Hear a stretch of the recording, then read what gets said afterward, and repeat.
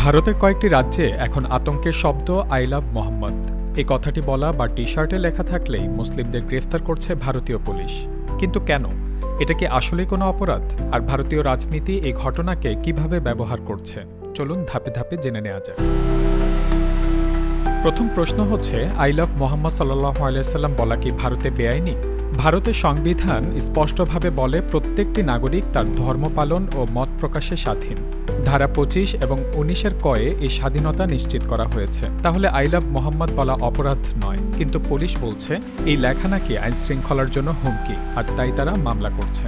ধর্মীয় উত্তেজনা সৃষ্টি, নৈরাজ্য ছড়ানো ও আইনশৃঙ্খলা ভঙ্গের মতো ধারায় তারা গ্রেফতার করছেন ভারতীয় মুসলিমদের। যদিও অধিকাংশ ক্ষেত্রে অভিযুক্তরা কেবল সামাজিক মাধ্যমে পোস্ট করছেন বা আই লাভ মোহাম্মদ লেখা টি শার্ট পরছেন। এক্সট্রিম মশার কয়েল প্ল্যান্ট ফাইবার দিয়ে তৈরি, ডেঙ্গু, চিকুনগুনিয়া বাহি সহ যে কোনো মশার বিরুদ্ধে দেয় এক্সট্রিম সুরক্ষা। ভারতের মানবাধিকার সংগঠনগুলো বলছে এই ঘটনা মূলত মত প্রকাশের স্বাধীনতাকেই অপরাধে পরিণত করা হচ্ছে। অলাভজনক সংগঠন এপিসিআরের জাতীয় সমন্বয়ক নাদিম খান জানিয়েছেন, পুলিশ জানে আই লাভ মোহাম্মদ সাল্লাল্লাহু আলাইহি ওয়াসাল্লাম বলা কোনো অপরাধ নয়, তবু যারা এই বাক্য ব্যবহার করছেন তাদের বিরুদ্ধে আইনশৃঙ্খলা ভঙ্গ বা উস্কানিমূলক আচরণের অভিযোগ আনা হচ্ছে। এটা সম্পূর্ণ রাজনৈতিক উদ্দেশ্য প্রণোদিত। এই ঘটনায় অ্যামনেস্টি ইন্টারন্যাশনাল ইন্ডিয়ার বোর্ড চেয়ারম্যান আকার প্যাটেলের ভাষায়, শান্তিপূর্ণ ও অহিংস মত প্রকাশকে অপরাধ বানানো শুধু ভারতের সংবিধান নয়, আন্তর্জাতিক মানবাধিকার আইনেরও লঙ্ঘন। রাষ্ট্রের দায়িত্ব নাগরিকের অধিকার রক্ষা করা, তাদের বিশ্বাস নিয়ন্ত্রণ করা নয়।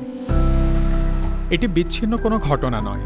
২০১৪ সালে নরেন্দ্র মোদীর ক্ষমতায় আসার পর থেকে মুসলিমদের ওপর দমন-পীড়ন বেড়েছে আশঙ্কাজনকভাবে। মাত্র এক বছরে ধর্মীয় ঘৃণামূলক ঘটনার সংখ্যা বেড়েছে ৭৪%, আর এর বেশিরভাগই ঘটেছে বিজেপি শাসিত রাজ্যগুলোতে। রাজনৈতিক বিশ্লেষক আসিম আলী বলেছেন, স্থানীয় বিরোধকে জাতীয় ইস্যুতে রূপ দিচ্ছে সরকার, যেখানে মুসলিমদের ধর্মীয় প্রকাশকেই এখন উস্কানি হিসেবে দেখানো হচ্ছে।